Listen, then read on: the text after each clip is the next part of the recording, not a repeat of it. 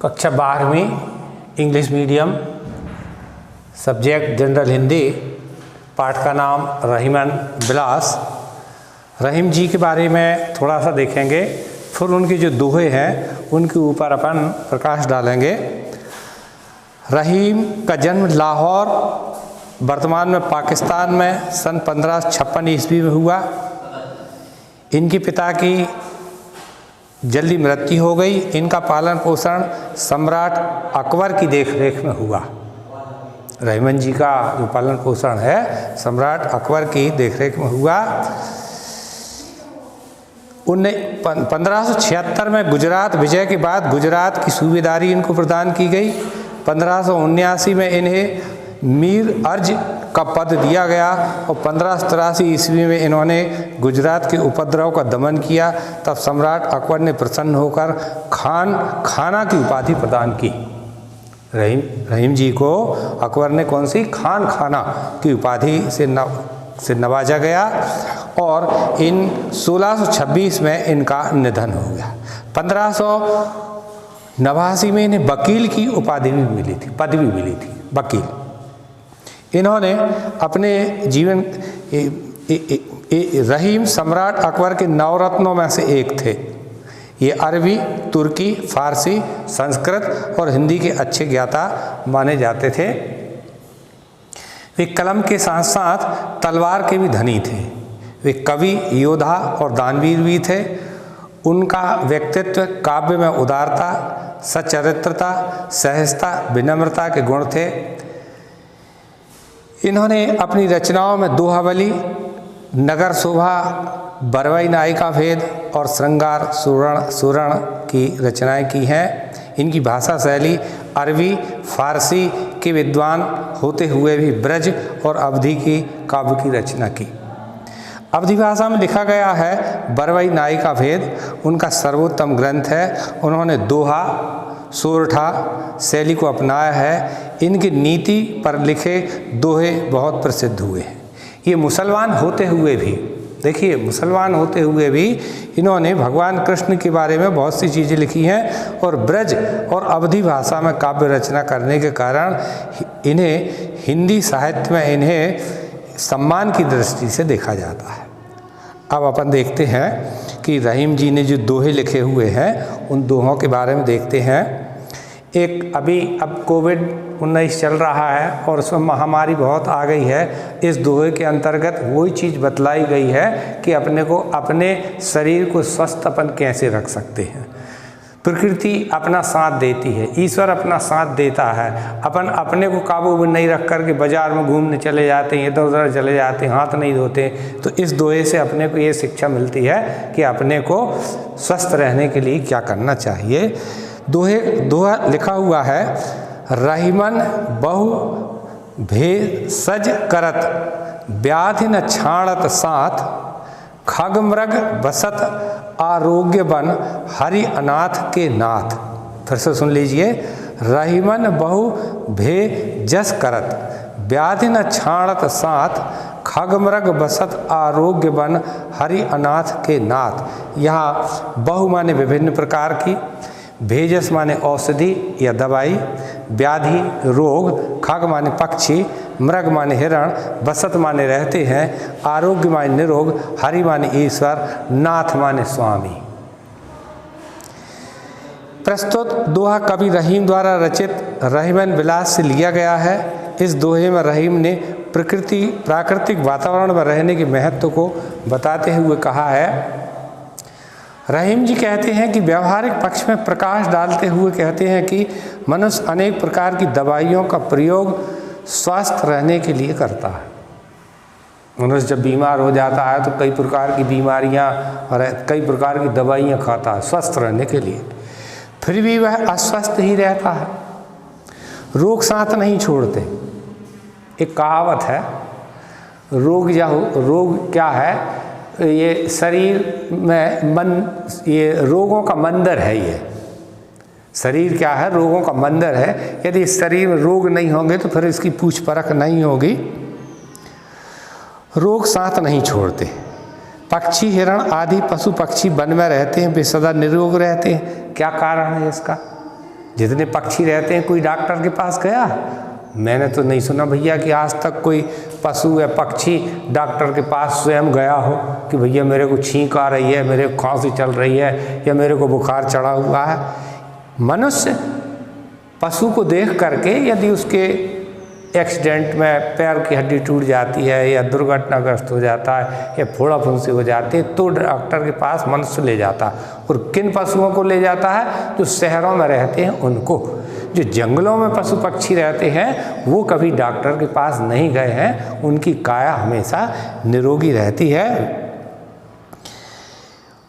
उन अनाथों के स्वामी रोग उनके निकट नहीं आते क्योंकि उन अनाथों के स्वामी स्वयं ईश्वर हैं। कहने का अभिप्राय यह है कि प्राकृतिक वातावरण में रहने से स्वास्थ्य में वृद्धि होती।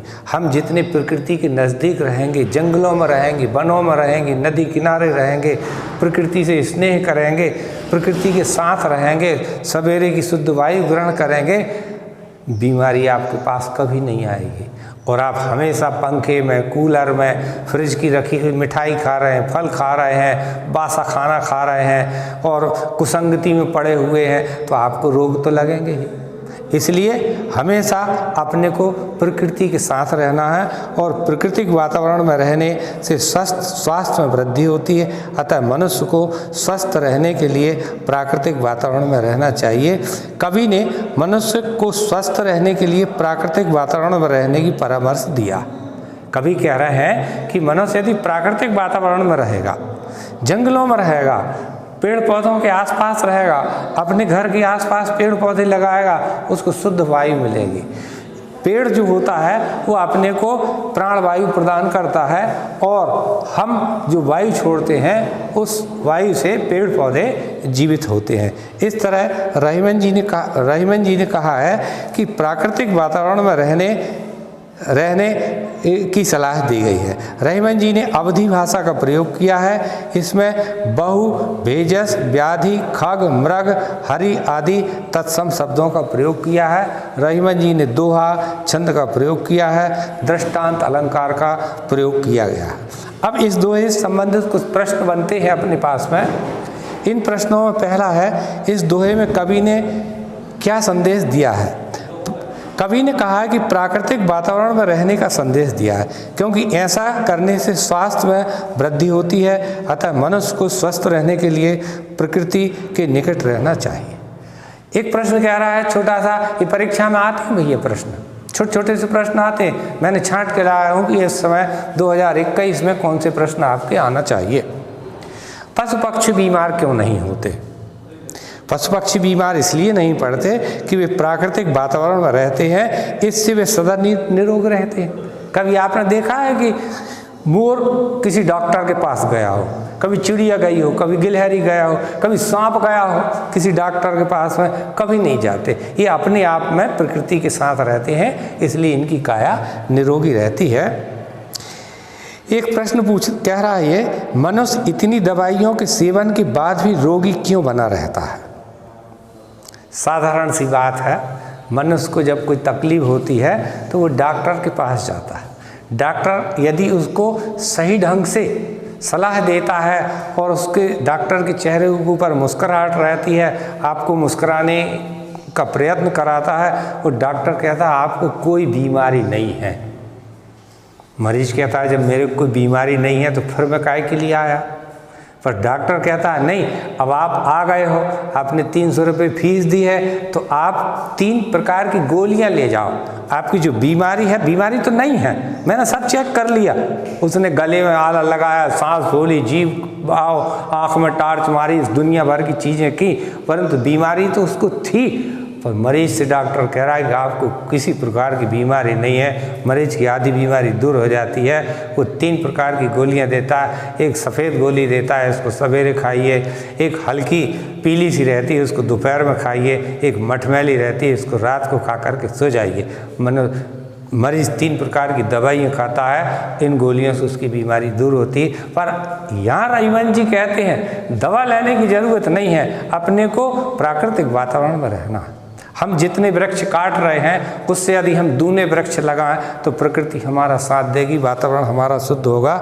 इसलिए मनुष्य इतनी अधिक दवाइयों के सेवन के बाद भी रोगी बना रहता है क्योंकि वह प्राकृतिक वातावरण से दूर रहता है। हम बहुत दूर रह रहे हैं, जंगलों को काट रहे हैं, पेड़ पौधों को काट रहे हैं, 3-3 मंजिल 4-4 मंजिल मकान बना करके रह रहे हैं, हम बीमार के बीमार बने रहते हैं। इस दोहे का भाव सौंदर्य इस दोहे का भाव सौंदर्य यह है कि प्राकृतिक वातावरण में रहने से आरोग्य में वृद्धि होती है, इसलिए मनुष्य को प्राकृतिक वातावरण में रहना चाहिए। पशु पक्षी प्राकृतिक वातावरण में रहने के कारण स्वस्थ रहते हैं, जबकि मनुष्य कृत्रिम वातावरण में रहता है, बीमार रहता है। बहुत अधिक दवाइयों का सेवन पर भी बीमारियां उसका पीछा नहीं छोड़ती। डॉक्टर दवाइयाँ दे करके रोगी के ऊपर प्रयोग करता है, सफ़ेद गोली से क्या रिएक्शन हुआ, पीली गोली से क्या रिएक्शन होगा, सांवली गोली से क्या होगा, वो दवाइयाँ मनुष्य के ऊपर प्रयोग करके देखता रहता है। क्योंकि प्रकृति के साथ ऐसा नहीं है। आप प्रकृति के साथ रहोगे, स्वच्छ हवा में रहोगे, वायु में रहोगे, तो आपके लिए किसी प्रकार की बीमारी नहीं होगी। इस दोहे के अंतर्गत अवधि भाषा और तत्सम शब्दों से युक्त है। इसमें दृष्टांत अलंकार का प्रयोग किया है, गेयता का गुण है, दोहा छंद है। अब अगला दोहा आपके पास आता है, ये भी दोहा बड़े काम का है, 2010 में आया था एमपी बोर्ड में। बसी कुसंग चाहत कुशल यह रहीम जिय सोस, महिमा घटी समुद्र की रावण बस यु परोस। फिर से सुन लीजिए, 2010 में ये प्रश्न आया। बस कुसंग चाहत कुशल यह रहीम जिय सोस, महिमा घटी समुद्र की रावण बस्यो परोस। यहाँ बसी माने बसना, कुसंग माने बुरी संगति, कुशल माने हित चाहना, कुशलता चाहना, जिय माने हृदय, सोस माने अफसोस, महिमा गर्व, रावण माने रावण और परोस माने पड़ोस में रहना। रहीवन जी ने इस दोहे के अंतर्गत कुसंग से यश में वृद्धि नहीं होती ये कहा गया है। मनुष्य दुर्जन लोगों की संगति करता है, बुरे लोगों की संगति करता है। वह बुरे लोगों के साथ रहने पर भी हृदय से अपनी कुशलता चाहता है। यह बड़े अफसोस और अर्थात दुख की बात है। लंका में रावण के रहने के कारण ही समुद्र की महिमा कम हुई। लंका चारों तरफ समुद्र से घिरी हुई है और समुद्र इसका दुष्परिणाम भुगतता है। लंका में रावण रहने के कारण समुद्र की महिमा कम हुई, अर्थात दुराचारी रावण के पास बसने पर ही समुद्र का बड़कपन घटा। लंका पर चढ़ाई करने के लिए समुद्र में पुल बनाया गया।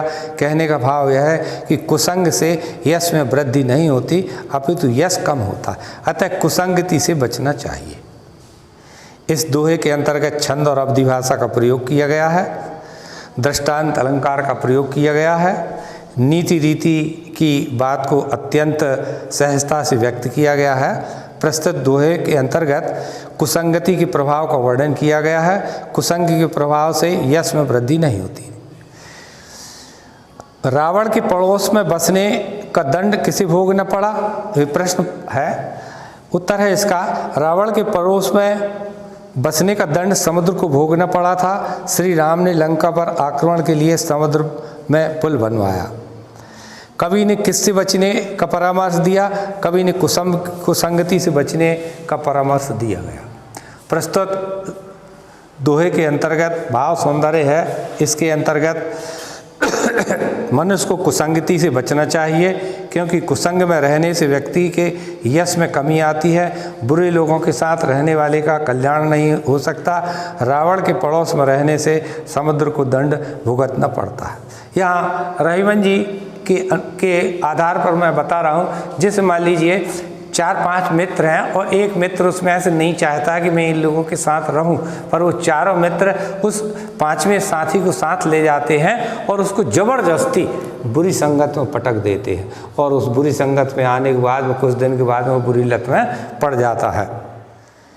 प्रस्तुत दोहे का भाव सौंदर्य है। मनुष्य को कुसंगति से बचना चाहिए, क्योंकि कुसंग में रहने से व्यक्ति के यश में कमी होती है। बुरे लोगों के साथ रहने वाले का कल्याण नहीं हो सकता। रावण के पड़ोस में रहने से समुद्र को दंड भुगतना पड़ा।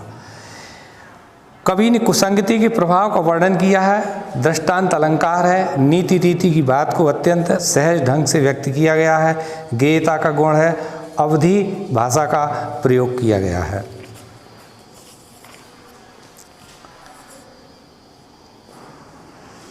– 2012 में एक दोहा आया था एमपी बोर्ड में, देनहार को और है भेजत सो दिन रैन, लोग भरम हम पे धरें याते नीचे नैन। यहाँ फिर से एक बार सुन लीजिए। देनहार कोई और है, भेजत सो दिन रैन, लोग भरम हम पे धरे याते नीचे नैन। ये 2012 में आया हुआ है। यहाँ देनदार देने वाला, कोई और है दूसरा, भेजत भेजता, दिन रैन दिन रात, भरम संदेश, याते इसी कारण। रहीम जी कहते हैं कि धन संपत्ति देने वाला कोई दूसरा है, अर्थात ईश्वर ही धन संपत्ति देने वाला है। लोग कहते हैं दान करते समय कि हम दान कर रहे हैं, अरे उनके पास आया कहाँ से तो वो दान करेंगे, ईश्वर ने ही तो दिया है, जब तो वो दान कर रहे हैं कि नहीं कर रहे हैं। वह दिन रात देते रहते हैं। रहीम उस धन संपत्ति को दान में बांटते रहते हैं। दान प्राप्त करने वाले भ्रमवश यह समझते हैं कि रहीम जी ही हमें देने वाले हैं, इसी कारण उनके नेत्र सदा नीचे झुके रहते हैं, अर्थात उनको ही अपना सब कुछ मानते हैं। जैसे मैं हूँ, काफ़ी उम्र का हो चुका हूँ, मेरे पास में जो शिक्षा मैंने ग्रहण की है वो ईश्वर की ही देन है। ईश्वर ने मुझे बुद्धि दी है, ईश्वर ने मुझे शिक्षा दी है, ताकि मैं आपके लिए पढ़ा करके ये शिक्षा का दान कर रहा हूँ। शिक्षा जितनी अपन बांटेंगे उतनी बढ़ती है, इसमें कटौती नहीं होती। इसी प्रकार जितना अपन दान करते हैं उतना आपके लिए मिलता है। एक गाना भी है ना, तुम 1 पैसा दोगे कल 1000 पैसा मिलेगा, ये गाना भी है। तो कहने का तात्पर्य है आप पैसा दे करके तो देखिए।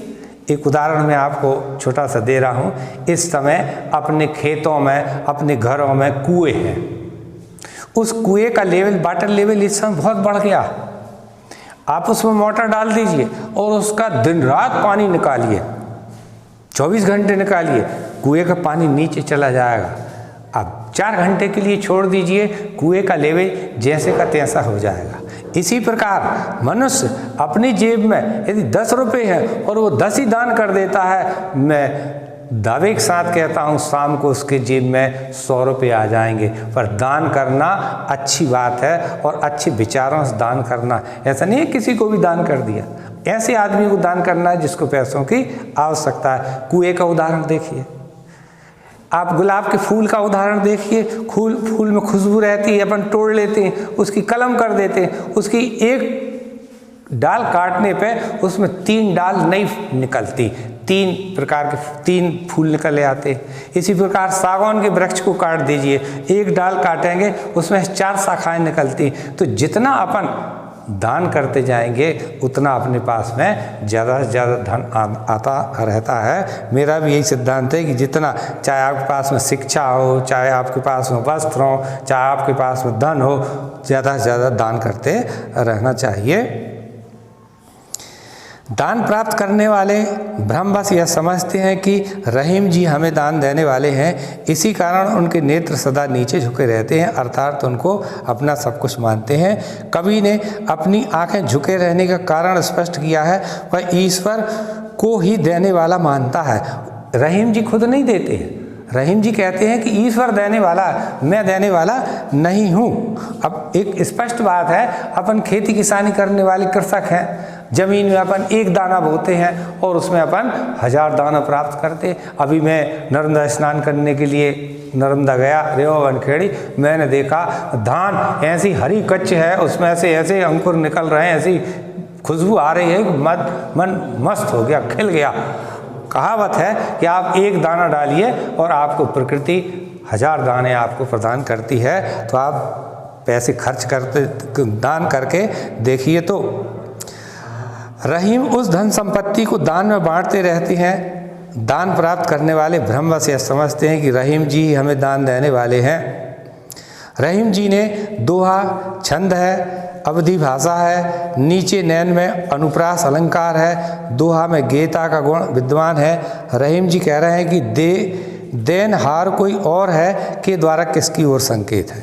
रहीम जी ने इसके द्वारा ईश्वर की ओर संकेत किया है। उनके अनुसार धन संपत्ति देने वाले ईश्वर हैं जो दिन रात देते रहते हैं। रहीम जी के नेत्र नीचे क्यों झुके? रहीम जी गरीबों को दान देते रहते थे। दान प्राप्त करने वाले भ्रमवश यह समझते थे कि रहीम ही हमें देने वाले हैं, इसलिए उनके नेत्र झुक जाते हैं। रहीम जी दानी थे, वे गरीबों को दान देते रहते थे। उनका मानना था कि ईश्वर ही देने वाले हैं, जबकि दान देने वाले यह समझते थे कि रहीम जी ही दे रहे हैं। यह सर्व से उनके नेत्र झुक जाते थे। प्रस्तुत दोहे के अंतर्गत नीचे नैन में अनुप्रास अलंकार है, दोहा छंद है, अवधि भाषा है। सरल भाषा में कवि ने गंभीर भावों को व्यक्त किया गया है। आज इतना ही, दूसरे पार्ट में दूसरी चीज़ बताएंगे।